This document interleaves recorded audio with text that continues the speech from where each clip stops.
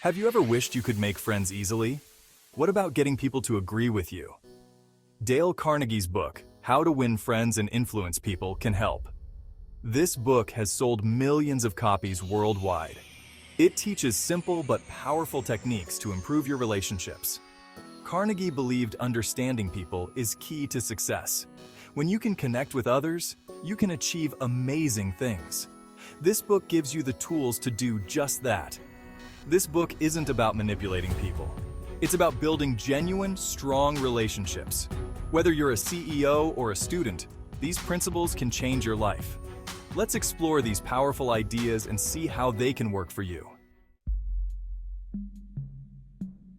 Carnegie believed that to influence people, you must first understand them. People are driven by their own desires, wants, and needs. They crave appreciation, recognition, and a sense of importance. By tapping into these desires, you can connect with people on a deeper level, show genuine interest in their lives, acknowledge their achievements, and make them feel valued. Remember, everyone, from your boss to the barista at your local coffee shop, wants to feel important. When you make someone feel good about themselves, they will be more receptive to your ideas and opinions. Carnegie outlines 3 fundamental techniques for handling people effectively. First, don't criticize, condemn, or complain. Criticism only makes people defensive and resentful. Second, give honest and sincere appreciation. Everyone wants to feel valued and appreciated. When you acknowledge someone's efforts, you inspire them to do their best. Finally, arouse in the other person an eager want. People are more likely to act when they have a personal stake in the outcome. Find out what motivates them and frame your requests in a way that aligns with their desires. Carnegie identifies 6 ways to make people like you. These principles are timeless and can be applied in various aspects of life, from personal relationships to professional settings. First, become genuinely interested in others. Show a sincere curiosity about their lives, their passions, and their stories. Ask questions, listen attentively, and remember details about their lives. This shows that you care and are invested in them as individuals. Second, smile genuinely. A smile is contagious and makes you appear more approachable and trustworthy. It can break the ice and create a warm atmosphere. Third, remember that a person's name is the sweetest sound in any language. Using someone's name in conversation can make them feel recognized and valued. Use people's names in conversation to show that you value and respect them. It creates a personal connection and shows that you see them as an individual. Fourth, be a good listener and encourage others to talk about themselves. Show genuine interest in what they have to say. People love to talk about their experiences and interests. By listening, you make them feel heard and understood. Fifth, talk in terms of the other person's interests. Find out what excites them and engage in conversations that revolve around those topics. Find common ground and engage them in conversations that are meaningful to them. This shows that you value their perspective and are willing to connect on their level. Sixth, make the other person feel important and do it sincerely. Acknowledge their achievements and contributions. Everyone craves recognition and appreciation. By making others feel important, you build a positive and lasting relationship. Section 5. Winning Hearts and Minds.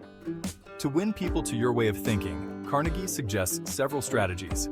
First, avoid arguments. The best way to win an argument is to avoid it altogether. Arguments often lead to defensiveness and resentment, which can close off any chance of reaching a mutual understanding. Second, show respect for the other person's opinions and never say, "You're wrong." This simple act of respect can open doors to more meaningful and productive conversations. Everyone is entitled to their own beliefs.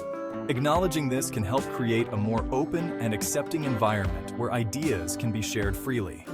Third, if you are wrong, admit it quickly and emphatically. Admitting your mistakes shows humility and can disarm the other person, making them more receptive to your point of view. This disarms the other person and makes them more receptive to your point of view. It also sets a tone of honesty and integrity in the conversation. Fourth, begin in a friendly way.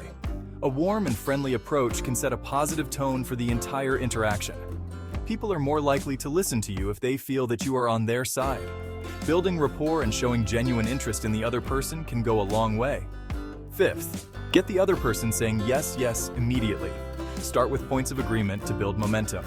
By finding common ground early on, you create a sense of collaboration and mutual understanding, which can make it easier to navigate more contentious issues later.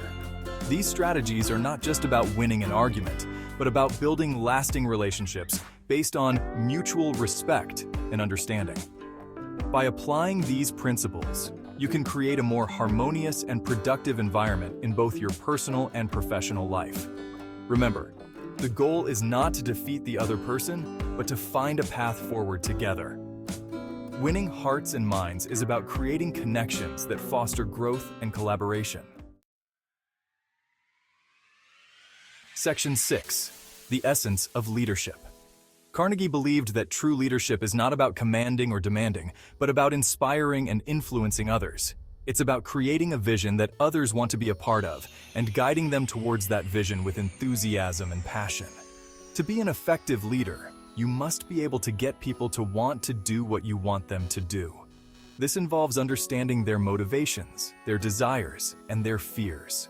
It's about connecting with them on a personal level and showing genuine interest in their well-being. Begin by emphasizing the benefits of your ideas rather than simply giving orders. Explain how your vision aligns with their goals and aspirations. Show them the bigger picture and how their contributions are vital to the success of the team. People are more likely to follow you if they see how it will benefit them. Highlight the personal and professional growth they can achieve by being part of your vision. Make them feel valued and appreciated for their efforts.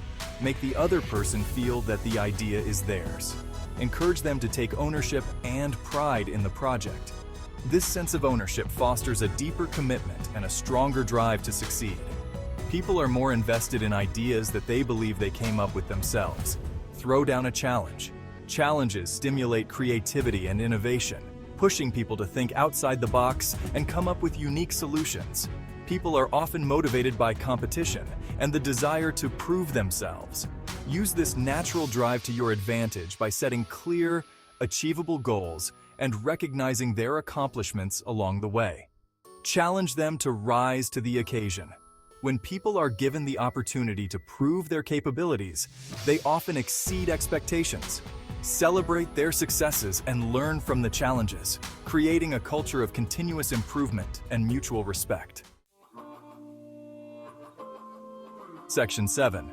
Applying Carnegie's principles in the real world. Carnegie's principles are not just theoretical concepts. They are practical tools that can be applied in everyday life. For example, imagine you are trying to convince your boss to give you a raise. Instead of demanding more money, focus on your accomplishments and how you have contributed to the company's success.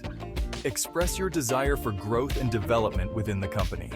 By framing your request in a way that aligns with your boss's goals and objectives, you are more likely to achieve a favorable outcome. Remember, influence is about building relationships, understanding motivations, and communicating effectively. Section 8. The power of a genuine smile. A simple smile can have a profound impact on your interactions with others. When you smile genuinely, you radiate warmth, approachability, and trustworthiness. People are naturally drawn to those who appear friendly and positive. A smile can instantly disarm tense situations and create a more relaxed atmosphere. Practice smiling regularly, even when you don't feel like it. You'll be surprised by how much of a difference it can make in your personal and professional relationships. Section 9. The importance of active listening. In today's fast-paced world, it's easy to get caught up in our own thoughts and distractions. However, effective communication requires active listening. When you engage in active listening, you give the speaker your undivided attention, focusing on their words, body language, and tone of voice. Ask clarifying questions, summarize their points to ensure understanding, and provide verbal and nonverbal cues to show that you are engaged. Active listening demonstrates respect, empathy, and a genuine interest in the other person's perspective. Section 10. The Enduring Legacy of Dale Carnegie. Dale Carnegie's How to Win Friends and Influence People has stood the test of time, remaining a timeless guide to improving human relations. His principles are as relevant today as they were decades ago, offering invaluable insights into the complexities of human interaction. By embracing Carnegie's teachings, you can enhance your communication skills, build stronger relationships, and navigate the challenges of personal and professional life with greater confidence and success. Remember, the power to influence others lies within each of us. By understanding human nature, mastering effective communication techniques, and cultivating genuine empathy, we can create a more harmonious and fulfilling world for ourselves and those around us.